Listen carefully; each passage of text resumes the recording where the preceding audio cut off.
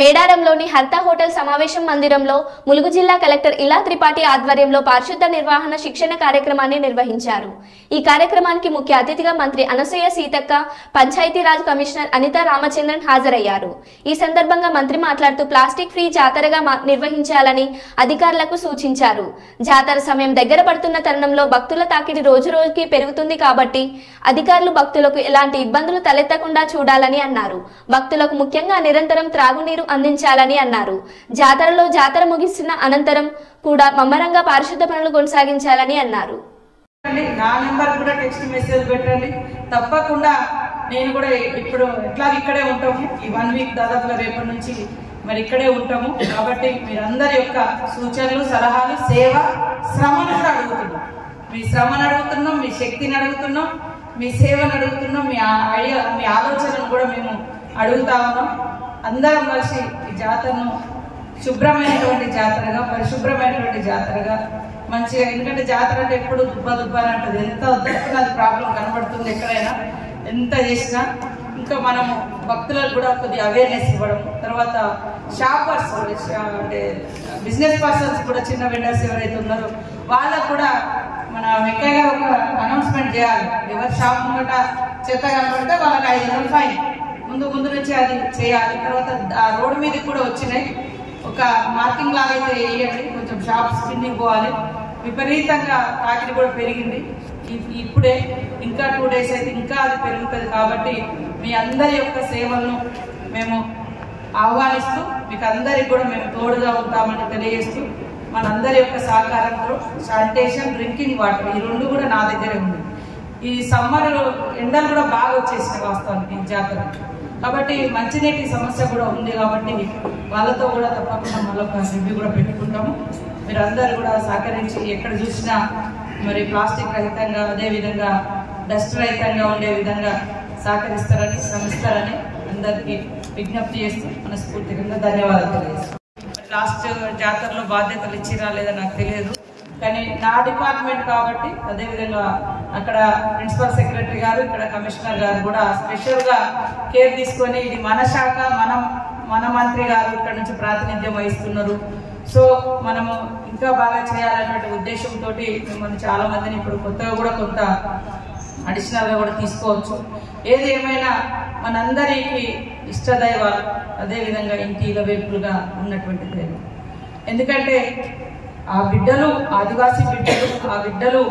ఆదివాసుల కోసమే ఆనాడు పోరాటం చేశారు. కానీ అందరి తల్లులుగా వారు ప్రాంతాలు, కులాలు, మతాలకు అతీతంగా, అందరికి అతీతంగా అందరినీ తమ దగ్గరికి, తమ చెంతకు అంటే దర్శనానికి వచ్చే విధంగా అంత నమ్మకాన్ని, విశ్వాసాన్ని భక్తులకు ఇచ్చారు. కాబట్టి ఇట్లా కోట్ల మంది భక్తులు ఈరోజు దర్శనానికి వస్తారు.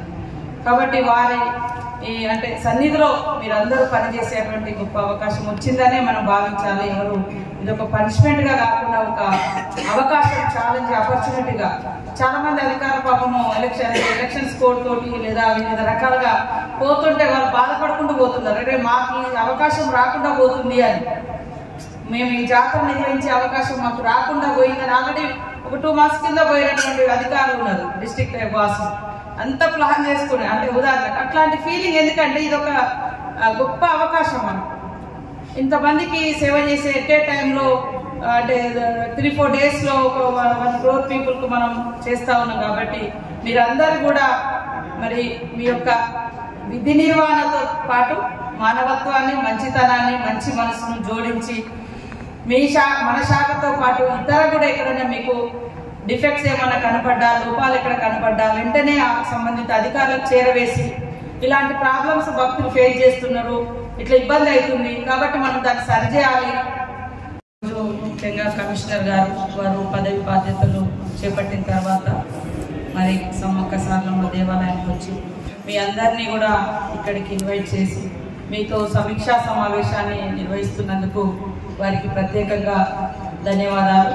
పిఆర్ కమిషనర్ గారికి, అనితా రామచంద్రన్ గారికి, అదేవిధంగా ఈ సమావేశంలో పాల్గొంటున్నటువంటి collector and SP and additional collector, మా DPO and old new DPO DPOs, అదేవిధంగా ఇతర జిల్లా నుంచి వచ్చినటువంటి డిపిఓస్, అదేవిధంగా DLPOs, MPDOs, PS, sanitation workers, మిగతా అందరి ఆల్ డిపార్ట్మెంట్స్ అందరికీ, అదేవిధంగా డిఎస్పీలకు ఇద్దరికి, మరి ఇక్కడ ఉన్నటువంటి మీ అందరికీ పేరు పేరున హృదయపూర్వక నమస్కారాలు.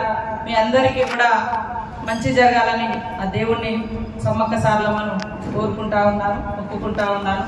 మీరందరూ కూడా ఆరోగ్యంగా ఉంటూ మరి మీ యొక్క సేవల్ని ఈ లక్షలాది మంది భక్తులకు అందించేందుకు ప్రధానమైనటువంటి భూమిక శానిటేషన్ మన డిపార్ట్మెంట్. వాస్తవానికి దాదాపుగా 2 months నుంచి కూడా వెంకయ్య గారిని కూడా అభినందిస్తా ఉన్నాను.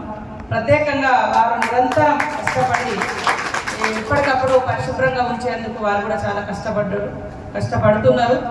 ఇది 3rd జాతర వారు ఇక్కడ ఉండడము.